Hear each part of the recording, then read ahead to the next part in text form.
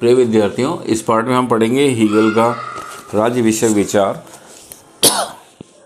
और इसमें राज्य की उत्पत्ति,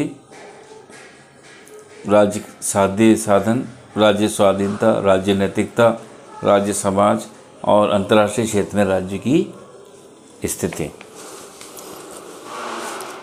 तो हीगल का राज्य विषयक सिद्धांत में राज्य की उत्पत्ति।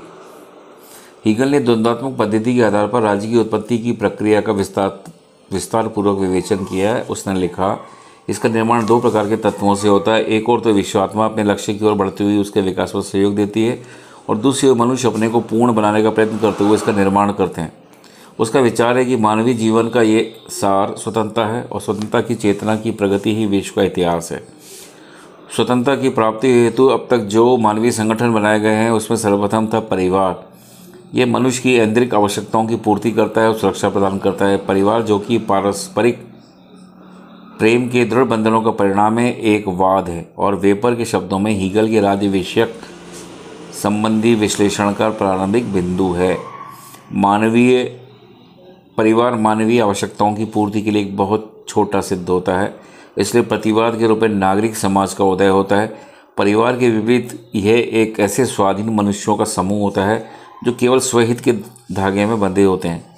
परिवारवाद और नागरिक समाज प्रतिवाद की पारंपरिक प्रक्रिया के परिणाम स्वरूप एक समवाद का जन्म होता है, जो कि परिवार और समाज दोनों के सर्वोत्तम तत्वों को सुरक्षित रखता है, और यह समवाद राज्य है। इस प्रकार द्वंद्वात्मक विकास की चरम सीमा राज्य और विकासवादी प्रक्रिया में राज्य से उच्चतर व अधिक पूर्ण कोई नहीं है।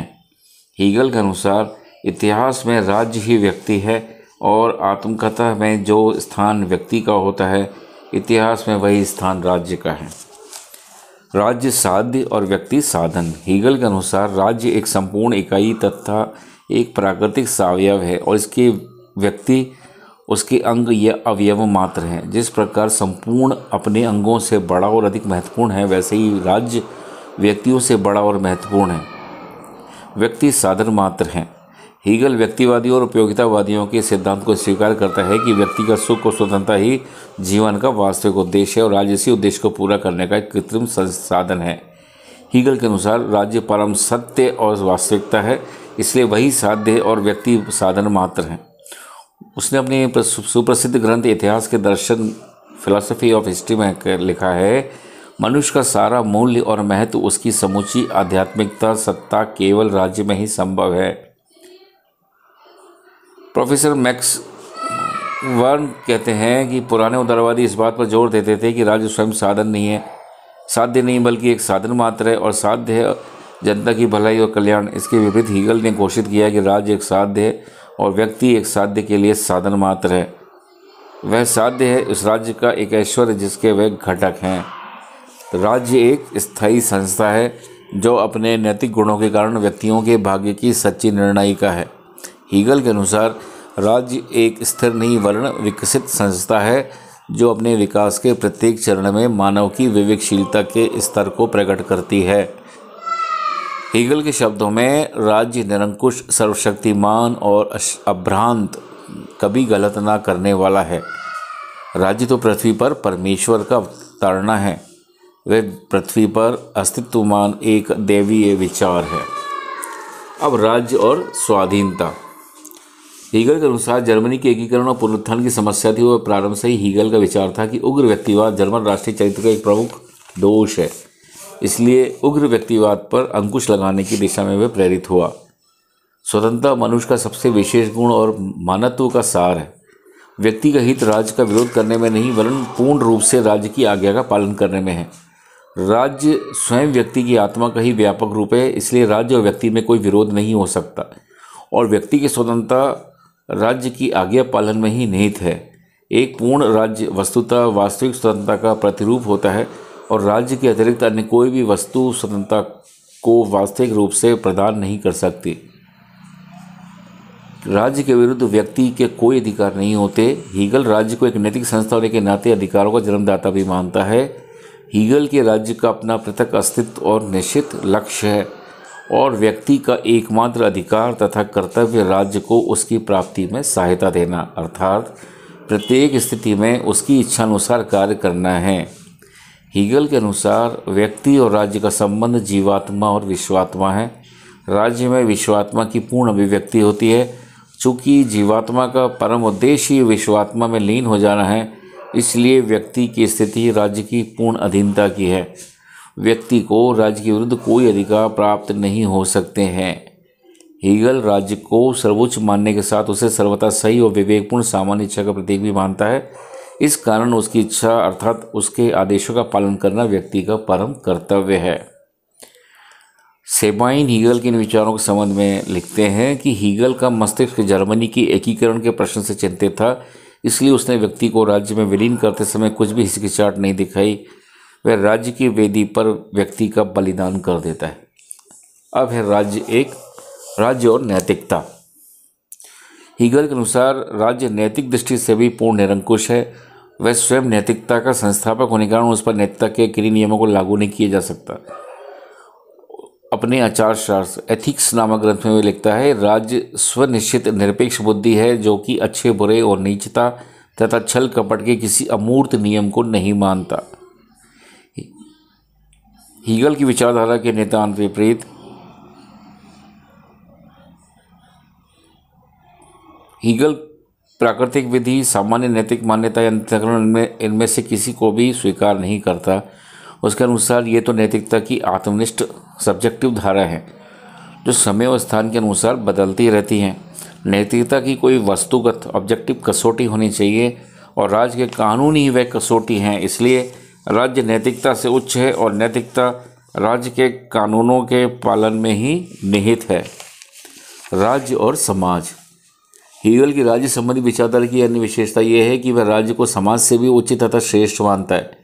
हीगल के द्वारा द्वंद्वात्मक पद्धति के आधार पर राज्य की उत्पत्ति का वर्णन करते हुए जो विचारक्रम अपनाया गया है उसके अंतर्गत परिवारवाद, नागरिक समाज प्रतिवाद और राज्य संवाद है। इस प्रकार समाज सार्वभौम आत्मा के विकास में राज्य से पहले की अवस्था है और उसका आधार स्वार्थ तथा प्रतियोगिता है, लेकिन राज्य सार्वभौम आत्मा के विकास की सर्वोच्च अवस्था है और इस दृष्टि से समाज की तुलना में उच्च है।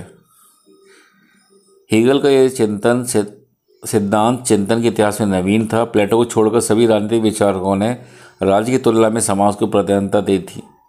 हीगल के युग में उदारवादी विचारक राज्य की तुलना में समाज को बहुत उच्च संस्था मानते थे, जबकि हीगल ने उनकी विचारधारा के नितांत विपरीत विचारों का प्रतिपादन किया। अब है अंतर्राष्ट्रीय क्षेत्र में राज्य की स्थिति या युद्ध संबंधी विचार। हीगल राज्य का न केवल प्रशंसक वरन उपासक था। उसकी धारणा थी कि राष्ट्रीय राज्यों का आधारभूत विचार संघर्ष है जो देवी इच्छा के अनुरूप है। राष्ट्रीय राज्य दूसरे राज्यों के साथ संघर्ष के इस मार्ग को अपनाकर ही अपनी पूर्णता के लक्ष्य को प्राप्त कर सकते हैं। अंतर्राष्ट्रीयता में उसका बिल्कुल विश्वास नहीं था और वह युद्ध को मानव जाति की अनिवार्य आवश्यकता मानता था। वेपर के अनुसार वह मानता था कि शांति मनुष्य के चरित्र को भ्रष्ट करने वाली और स्थायी शांति पूर्णतः भ्रष्ट करने वाली होती है। युद्ध मानव के स्वार्थी अहम का नाश करता है और इस प्रकार मानव जाति को पतन के मार्ग से बचाकर उसमें क्रियाशीलता का संचार करता है। जिस प्रकार समुद्र में शांति के समय उत्पन्न होने वाली गंदगी प्रबल तूफान से नष्ट हो जाती है, उसी प्रकार मानव समाज की गंदगी तथा भ्रष्टाचार की तुष्टि शुद्धि युद्ध से हो जाती है। युद्ध में व्यक्ति और राज्य का सर्वोत्कृष्ट रूप प्रकट होता है। इससे गृह युद्ध की संभावना समाप्त हो जाती है। उग्र राष्ट्रवादी होने के कारण हीगल अंतर्राष्ट्रीय कानून तथा व्यवस्था का समर्थक नहीं था।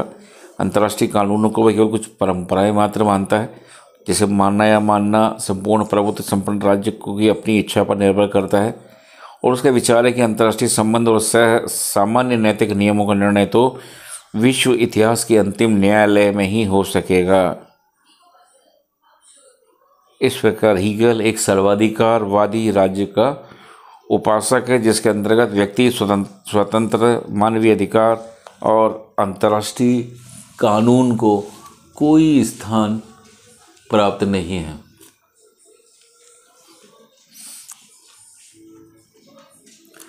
अब हीगल के शासन संबंधी विचार। शासन व्यवस्था के क्षेत्र में हीगल लोकतंत्र का विरोधी है और राजतंत्र का समर्थक है। अपनी द्वंद्वात्मक पद्धति के आधार पर वह बताता है कि निरंकुश तंत्रवाद, प्रजातंत्र प्रतिवाद और दोनों के द्वंद्व सत्यांशों को मिलाकर संवैधानिक राजतंत्र संवाद बनता है। शासन व्यवस्था में हीगल का आदर्श संवैधानिक राजतंत्र है कि तो हीगल का आदर्श इंग्लैंड का राजतंत्र होने के स्थान पर एशिया का राजतंत्र था, जिसमें राजा मंत्रियों के परामर्श के अनुसार तो कार्य करता था, किंतु मंत्रियों की नियुक्ति और पदच्युति राजा की इच्छा पर निर्भर करती थी, व्यवस्थापिका के बहुमत पर नहीं। इसके अतिरिक्त हीगल के संवैधानिक राजतंत्र में राजा को प्रशासकीय, वित्तीय तथा विधायी शक्तियाँ प्राप्त थीं। तो हीगल कार्यपालिका की तुलना में व्यवस्थापिका को बहुत कम महत्व प्रदान करता है, क्योंकि शासन संचालन की मुख्य शक्ति उसी के हाथ में केंद्रित होती है। वे व्यवस्थापिका को कार्यपालिका पर नियंत्रण रखने की कोई शक्ति प्रदान नहीं करता। उसकी मान्यता थी कि राज्य के संगठन और आवश्यकताओं को समझने में उच्चतम सरकारी अधिकारियों में अधिक गंभीर और व्यापक दृष्टि होती है, इसलिए व्यवस्थापिका की सहायता के बिना अच्छी तरह से शासन का संचालन करने में वे संभव होते हैं। इसलिए सामान्य रूप से कानून निर्माण का कार्य राज्य कर्मचारियों के हाथों में ही केंद्रित होना चाहिए। हीगल के द्वारा द्विसदनात्मक व्यवस्थापिका की कल्पना की गई है, जिसमें प्रथम सदन तो ब्रिटिश लॉर्ड सभा की तरह कुलीन तंत्र होगा और द्वितीय सदन निर्वाचित। मताधिकार बहुत थोड़े से ही शिक्षित और धनी व्यक्तियों को मिलना चाहिए तथा वह प्रादेशिक प्रतिनिधित्व के विरुद्ध था। प्रतिनिधित्व का सही आधार तथा विभिन्न व्यवसायों को मानता था, जिसके अनुसार व्यवस्थापिका में विभिन्न वर्गों और नियमों के प्रतिनिधि होने चाहिए।